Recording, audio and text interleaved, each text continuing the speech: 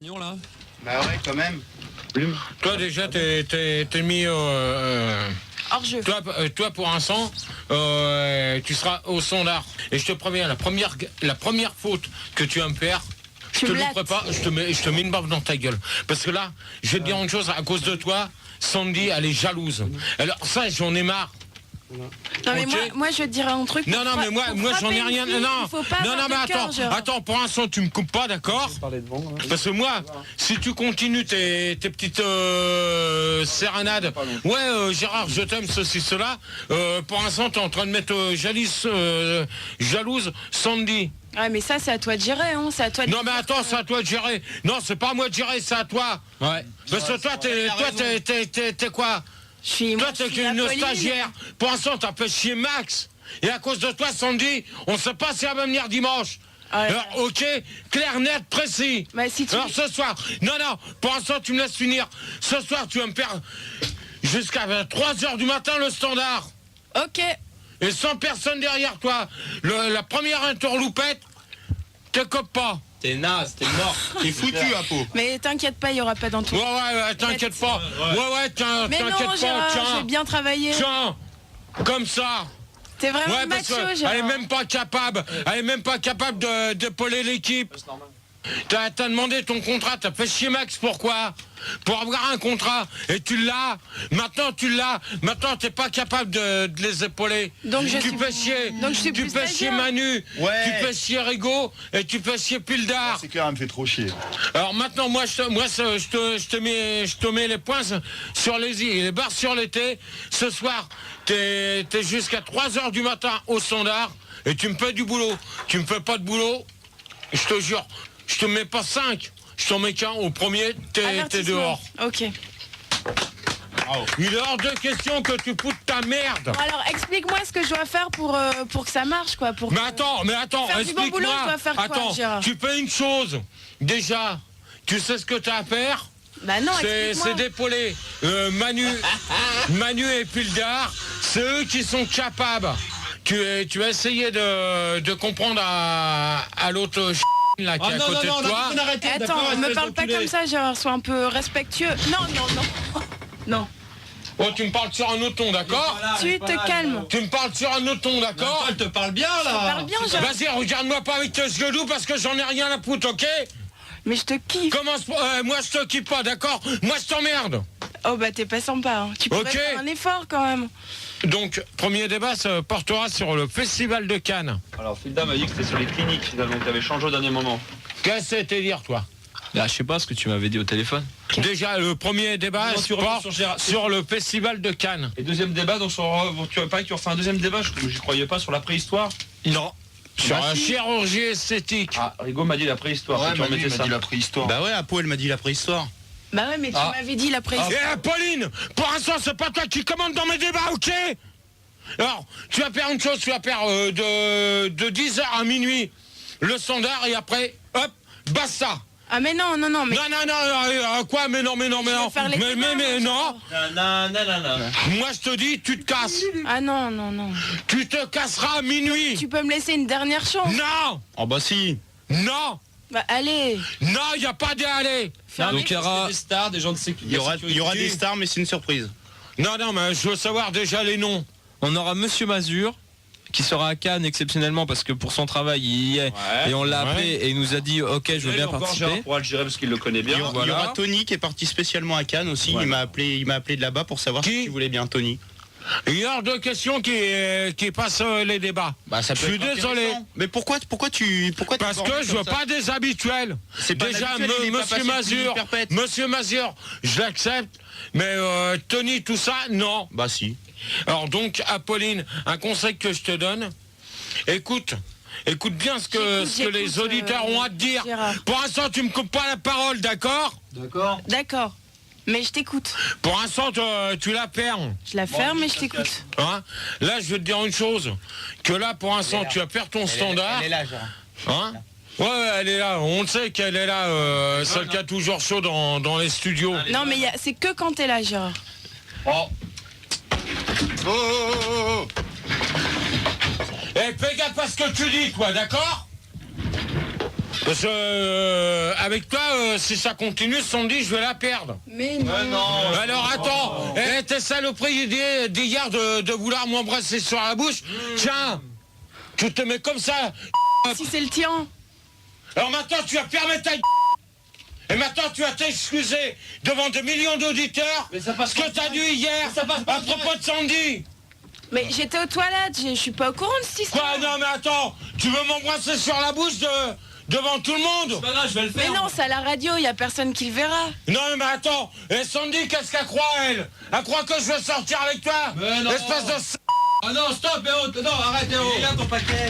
Hop là, voilà, donc c'était un résumé. Hein. Vous vous rendez compte que 5 minutes 30, ça a duré 18 minutes, ça n'a pas été chaud comme ça pendant 18 minutes, mais il y a des moments encore un petit peu plus chauds que celui-ci. On a regardé ce qu'il y avait de meilleur, donc on a, je pense, remis les points sur les i et les barres sur les t. Est-ce qu'on peut considérer, Gérard, que si tout se passe bien ce soir, qu'Apolline puisse faire le début du premier débat et que si ça se passe mal... Ça, on va voir. Déjà, on va déjà tester. Parce que déjà, t'as demandé si Monsieur Mazur était là, puis tout ça. Oui. Elle a même pas écouté ce que tu lui disais déjà. Si, elle écoutait, c'est pas à lui parce que c'est à Manu que je parlais. Ouais, mais de toute manière, j'ai fait comprendre qu'elle était quand même aussi dans l'équipe. Un petit peu quand même. Un petit peu comme Manu, donc tu veux virer Manu aussi? Non, mais Manu, pour l'instant... C'est à Manu que je m'adressais. Mais lui, pour l'instant, il peut pas être en train d'appeler une personne. Non, il faisait rien du tout, Manu, il se branlait le zizi, et je lui ai demandé si Monsieur Mazur allait venir, et il m'a pas répondu, donc ça c'est déjà une première faute. Non mais ça c'est rien, on verra par la suite. N'oublie pas que tu avais quelque chose à annoncer avant... Ça a été fait. Ça a été fait. Donc Gérard également, donc comme il est arrivé plus tôt pour cette réunion, on lui a fait part de son courrier qu'il a eu le temps de lire pendant notre émission et puis il s'est rendu compte une fois de plus qu'il y avait quelques abus de lettres et il a souhaité à ce que Fildar en prenne possession et en parle sur l'antenne. Donc c'est Gérard cautionne qu'on en parle. C'est peut-être mieux aussi qu'il en parle quand même. Non mais tu lis pas tout parce que là... Ouais, tu lis les moments. Non. Ouais, mais... tu lis simplement la première. Et non, mais non, il faut que je dise un peu après. Donc en fait, c'est un compte rendu d'enquête qui nous a été envoyé par Hercule Nabo de hier. Donc à l'attention du Star System, donc Max. Donc cher maître, je me permets de vous faire destinataire du compte rendu d'une filature et d'une enquête très complète menée par mes services à la demande de monsieur René Denis et concernant le monsieur Gérard de Suresnes. Vous ne pourrez qu'être étonné, voire scandalisé sur ce que vous allez y découvrir, monsieur de Suresnes se livrant depuis quelque temps déjà à une très singulière activité sur les départements du Var, de nature à bouleverser les usages et les règles de bienséance. Je vous en laisse juge, cher maître, sollicitant simplement que vos fidèles auditeurs soient eux aussi avisés.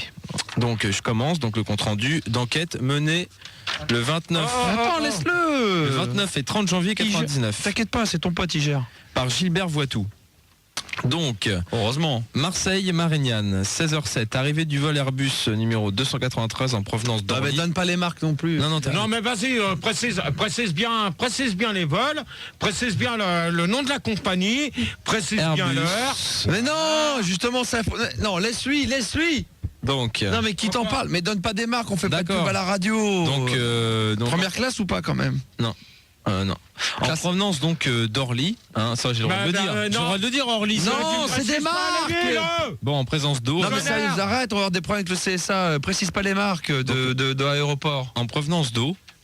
Voyons descendre de la passerelle le suspect est dénommé Gérard de Suresnes, vêtu d'une canadienne marron, pantalon de velours bleu, chemise à carreaux, Arrête. casquette. Mais merde, Laisse-le. T'as dit pas de bille. Mais putain, t'es con quoi. Mais c'est toi, on te connaît, on sait où t'habites, c'est bon. Et alors tu précises pas, d'accord? Non, il est là, regarde, il est pas là-bas, il est là. Ok. Donc, Que ce tard, je vais te faire avaler ton stylo. Arrête parce que c'est sérieux, c'est un vrai contrat ça, parce que tu prends ça à la rigolade, Fildar. Gérard, pardon. Tu prends ça à la rigolade? Non. Attends, parce qu'il y en a un autre aussi. donc, un certain Gérard, vêtu d'une canadienne marron, d'un pantalon de velours bleu, chemise à carreaux et casquette. Nous le reconnaissons de suite grâce à la photo remise par monsieur Henry. Il faut dire qu'il ne passe pas inaperçu. Pour sortir le premier, il vient simplement de bousculer, de faire basculer sur la passerelle une personne d'un âge qui ne lui cédait pas le passage assez vite. Nous le retrouvons quelques minutes plus tard dans le salon d'accueil qu'il a mis en émoi. Gesticulant et vociférant, il s'en prend une hôtesse qu'il veut frapper, suite à l'accident de tout à l'heure. Il prétend bénéficier d'un accès prioritaire en raison d'une infirmité congénitale. L'intervention énergique d'une équipe de policiers le calme quelque peu. Prudemment, nous le suivons vers la sortie. Un haut-parleur venant de l'avertir qu'il était attendu sur le parking numéro 3. Infectivement, bousculant tout ce qui se trouve sur son passage, nous le filons péniblement dans sa charge bestiale. Pour le voir enfin tomber dans les bras d'une imposante matrone africaine, tout de vert vêtu.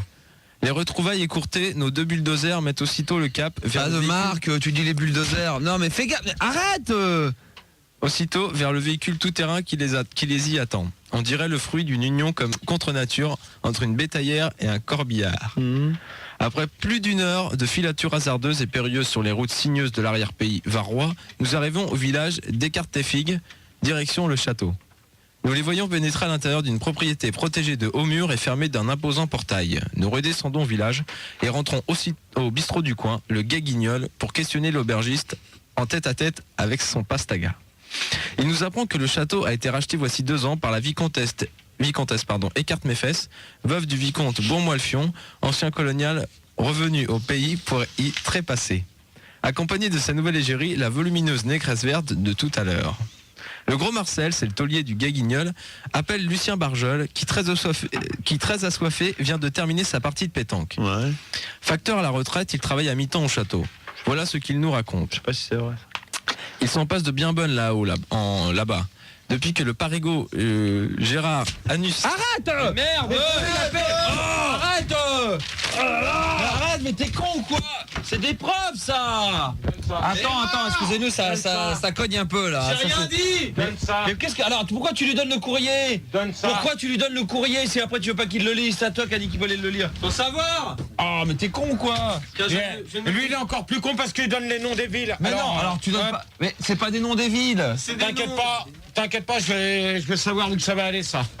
Ah non. Nuance. Bon, je termine ou pas? Bah ouais, mais... Non, tu termineras pas. Si, mais donne pas les Sans noms les des noms, villes. sans Sans les les noms de villes. Mais c'était pas des noms, Mais putain, si, c'était t'as des dit noms tout court. la princesse de Cougnac, Non, de Kersmécu. Bourmoilfion. Ouais. Alors, donc, il s'en Continue, passe de bien continue. bonnes là-bas, là, en haut. Depuis que le parigot Gérard, il vient régulièrement. Gérard, ça va. Gérard, ça va, c'est pas ton nom régulièrement, notez qu'il n'a pas mentionné le patronyme de ta ville. Ancien routier, il a rencontré la vicomtesse à cette époque du côté du BIP, sur le bord de l'autoroute, où elle était tombée en panne. L'ayant dépanné, Gérard dit le culbuteur aurait depuis cette époque noué des relations étroites et sulfureuses avec son égérie. C'est lui qui l'aurait décidé à créer dans cette propriété tranquille un conservatoire une conserverie high-tech, par la mise en boîte et la commercialisation d'un produit du terroir élaboré et très goûteux. Devant révolutionner la gastronomie du 3e millénaire et contribuer activement à la lutte contre la faim dans le tiers-monde. Le brave Lulu nous raconte ensuite le dîner auquel il fit convier à la Toussaint 98 en voici le compte rendu fidèle. Ouais, mais j'ai plus la suite. Donne-moi la suite. Tu l'auras pas. il chie, hein. Déjà une. Tu vois, ça, Ouais. déjà, c'est daté du 20 février 99. Et la lettre, on la reçoit, elle est partie du 11 Ouais. de ce mois-ci. Et alors, moi je peux très bien écrire une lettre et pas avoir envie de l'envoyer, puis au bout de 2 mois me dire tiens je l'envoie, et puis voilà, je l'envoie. Bah alors, ça n'a rien à voir. Hop, Bah, c'est nul alors, ça sert à quoi que tu me files ton courrier que Je comprends pas ton comportement, Gérard. C'est hors antenne, avant l'émission, tu lui donnes ton courrier en disant je veux que t'en parles à l'antenne, et après une fois à l'antenne, Non mais attends, j'ai voulu, mais il n'a pas besoin de tout balancer comme il vient de faire, les noms de villes et puis tout ça. Donc alors, terminé, maintenant tu t'occuperas de ton cul, tu feras ton courrier avec tes 2 poteaux de naze là, et c'est tout. Voilà. Ok. Alors maintenant tu me redonnes ma feuille. C'est la même que la tienne, ça va. Non, mais tu me la bon, alors, redonnes. redonne-lui sa feuille, et puis alors lis le. T'as lu un truc Alors, là lis par la contre. fin, toi. Non, Un truc- je lis pas la fin. Qu'est-ce que t'as reçu par contre là? Par contre, ça me fait pas plaisir encore parce que c'est des lettres anonymes, enfin pas anonymes. C'est tapé à la machine. Ça c'est tapé à la machine, soi-disant par un dénommé Gueule d'amour. Donc toujours lui. Alors salut petite bite, c'est Gueule d'amour, le fameux Gueule d'amour, c'est Gueule d'amour, le fameux Gueule d'amour. À cause de toi, ça fait 10 jours que j'ai pas mis un pied dans la TJ. Alors là, je veux dire une chose, le mec qui écrit comme ça, ça Et commence. hop, c'est de la merde. Alors on fait, si tu veux, un gosse, c'est pas le derrière de la grosse. Bon, allez, laisse tomber. C'était la Allez, T6 et pas la TJ déjà. Ah, hein. non mais attends, vas-y. La T6 c'est la cité à l'envers, Gérard. La T6 c'est la cité quoi. Hein. Non mais attends, faut voir comment que c'est tapé en plus. avec une laisse machine, tomber. De toute manière ça. De toute façon, alors ça je vais dire c'est même pas une preuve. Alors je vais te dire ça, on peut même pas faire une preuve ça. C'est pas une preuve. Si, parce que je vais te dire une chose. Bon, bah, je le garde. C'est que il a été con parce qu'il m'a envoyé un truc en disant comme quoi qu'il y avait des rumeurs, et là, j'ai pas pu l'emmener, comme quoi qu'il y avait des rumeurs comme quoi que je voulais sortir avec Apolline, soi-disant dans un nouveau truc qu'il aurait sorti, et qui m'a dit surtout n'en parle pas à la radio parce que je veux pas me faire repérer par les flics. Donc j'en parle. Donc alors petite gueule d'amour de con. Un petit branleur. Non, c'est bon, allez, hop, ça suffit parce que t'arrêtes pas d'insulter, ça sert à rien. Non, mais moi je tiens à dire qu'on commence à en avoir ras-le-bol, que vous continuez avec à Apolline, m'insulter. Non, mais vous en avez ras-le-bol, Apolline et Gérard, Moi, j'en ai que ras-le-bol votre vie parce que- privée soit comme ça déballée sur la Moi, place avec publique. Apolline, il n'y a rien. Je suis avec Sandy et c'est tout. Ça fait 1 an et demi que je suis avec Sandy. Et Apolline Je me resterai confirme. avec C'est rumeur. Ouais, ben, toi, tu. Eh ben, elle est d'accord avec toi. T'en prends conscience aussi et Ah ouais, c'est tout. c'est ancré dans ma tête. Voilà. Non, mais t'en prends conscience quand les gens t'appellent au standard aussi. Voilà, exactement. Même par l'intermédiaire du répondeur. Ok. Parce que sur le répondeur, souvent, il y a des messages qui sont pas tellement beaux à écouter. Exactement. Alors, Alors, ça fait quand même 2 mois qu'Apolline elle a pas ses règles, hein. C'est bizarre. Ouais, alors, j'en ai rien à foutre. C'est pas moi qui va lui faire un gosse, hein, d'accord? ça, Alors c'est là, vrai. je couche pas avec elle, hein, heureusement. Et à l'échographie, il avait de la moustache, le gamin. Ouais. Ma main dans ta gueule, tout à l'heure, elle va avoir de la moustache, toi. Il est avec 30 dents aussi. Ouais. Ouais, toi, l'espèce de gros porc là-bas, tu fermes ta gueule. Y a pas de problème. Ah bah ça met en ambiance avant de commencer.